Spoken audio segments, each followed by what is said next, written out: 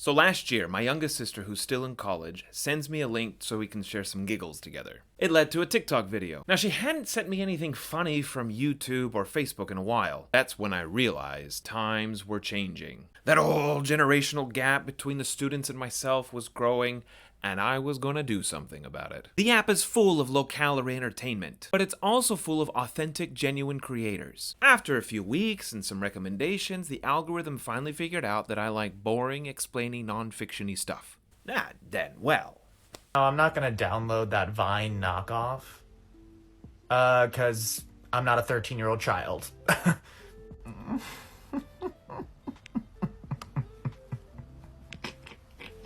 My video making experience also includes a set of pre-recorded lectures that I made in fall of 2019, before it was cool. Okay, we're going to do 3 lessons along the way. First, some technical discussions, how to make better video content from a fellow amateur like myself. Second, we'll do an overview of the video content that's out there on social media. Discussing economics to the general public. What works, what doesn't work, lessons learned, and how does this help us in the classroom. The recommended apps. TikTok has an internal recorder and editor. It's pretty good. Importantly, it also includes an auto caption. CapCut is very easy to use and a free editor. Also free, Canva makes beautiful images and charts. You can also use it on the browser. Framing. In general, you want something well framed. There's the rule of thirds, which gives you 4 focal points. You want your nose lined up on one side or the other side. It increases the visual movement and dynamism of the shot. It allows the eye to wander across the image, increasing mental engagement. I mean, seriously, it's not 2019 anymore. You gotta do something about that angle. Everything in your shot sends a visual message. Lighting. You almost always need more light. Every camera, from expensive to cheap, looks better with more light. This is a visual medium. Take advantage of it. It's more than just a talking head, although that's part of it. Give the emotion of your face, throw the drama of the story, express the humor and joy of economics.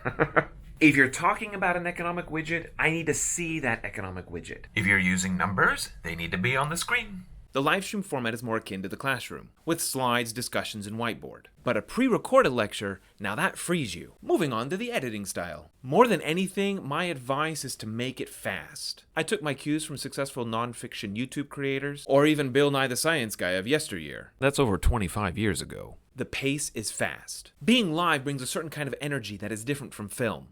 Watch any professional live performance. It breathes more. They chit-chat with the audience. The guitar solos drone on far longer. But the recorded version is always much tighter. Go out and watch National Geographic, Nova, The News, David Attenborough, or even the Tiger King himself. Count how many times the camera switches shots. All the time. The average shot length for a documentary film is 12 seconds. Here's a list of average shot length by 6 famous directors. Notice how short they all are. Even Hitchcock comes in at 9 seconds. And finally, even in broader Hollywood, average shot length fell from 10 seconds in the 1930s to around 3 seconds today. Now that we've chatted about some of the techniques of presentation, I believe there's a dearth of quality economic video content on social media, at least in relation to other educational genres. Here, let's give a quick overview of what's out there. Here's a list of YouTubers I've seen with at least 10,000 followers. Among channels from the media, Wall Street Journal comes in at the top with 3 million subscribers. Let's look at think tanks. There are a lot more, but these are the major ones. Notice the scale of the graph is lower. Hoover is the highest at 500,000. There's a few government organizations with some modest YouTube success. I counted around 10 or so independent channels that chiefly focus on economics. Wendover Productions is the highest, but they have other content as well. They're followed with Economics Explained with around 1 million subscribers. There's a lot of variety in viewpoint and style. One of my favorites is a new one, Money and Macro, from a professor out in the Netherlands. Now compare these with science communicators. Economics is much lower. Of course, some obvious hypotheses come to mind. First, there are a lot more science creators, which gives us a larger pool to draw from to find the best. Second, there might be a genre preference from the viewers. While this certainly is the reality, I'm personally convinced this doesn't have to be the case. Does not every human agent face a resource allocation decision? Now, moving on to the much younger TikTok app. First, some institutional accounts. Is Robert Reich an institution? The Morning Brew is mostly a business account, but there's enough econ content, I'll let it slide. Of the 3 independent creators that I found, 3 are professors, 3 are PhD students, and 1 is geared towards high school economics. So, we need more, particularly on the TikTok app. Over the past year, total viewing hours on the Clock app has surpassed YouTube. How is this different than talking in the classroom? First, epistemic humility, authority, power imbalances. Principals classes are great. They're not indoctrinated by any orthodoxy yet. They ask bold questions. But the general public? Oh, you haven't seen anything yet. They don't need your grade. They don't need your approval. Nothing. It's healthy. I've learned so much. They have brought up books, articles, perspectives, and unabashed pushback. How does this help in the classroom? We as educators really only know so little. Even in our own field of economics, we really are only experts in the school of thought that we inherited. And even if one is heterodox, like Marxist or Rothbardian, rarely do they command the other fields also. Epistemic humility is vital for an honest professor in front of a classroom. Showing what we don't know is crucial for students to believe what we do know. Disagreement. It is vital that we are explicitly clear when one is giving an opinion versus representing the discipline.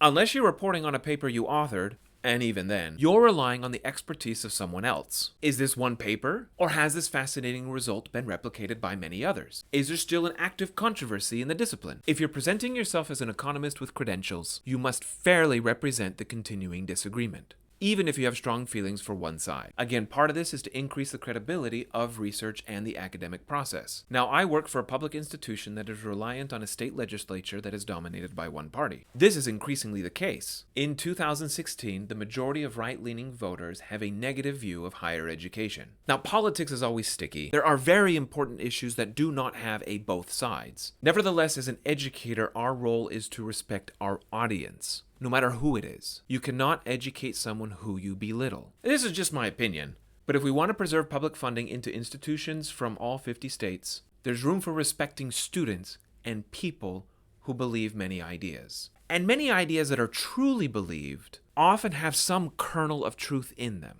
Acknowledging these kernels may help educate towards a more holistic understanding. And yes, I know there's disagreement on this opinion, but that's all I'll say about that.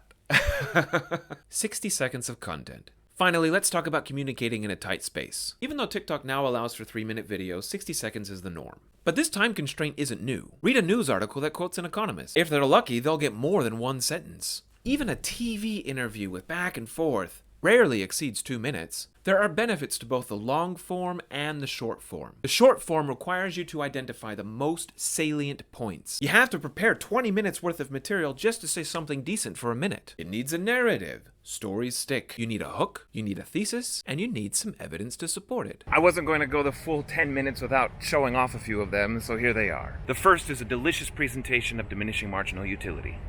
What should you eat first? Your sandwich or dessert? 19th century philosopher Jeremy Bentham, the father of modern utilitarianism, noted that with each additional bite of food, you experience less and less happiness. Therefore, to maximize your utility, to maximize your happiness, you should start with the most enjoyable bite first. Eat those desserts. Here's another one I made on Labor Day. It's got a quirky little bit of history on work. How's your Labor Day? A break from the old Mondays? There was a time when society said to hell with Mondays. No, true story.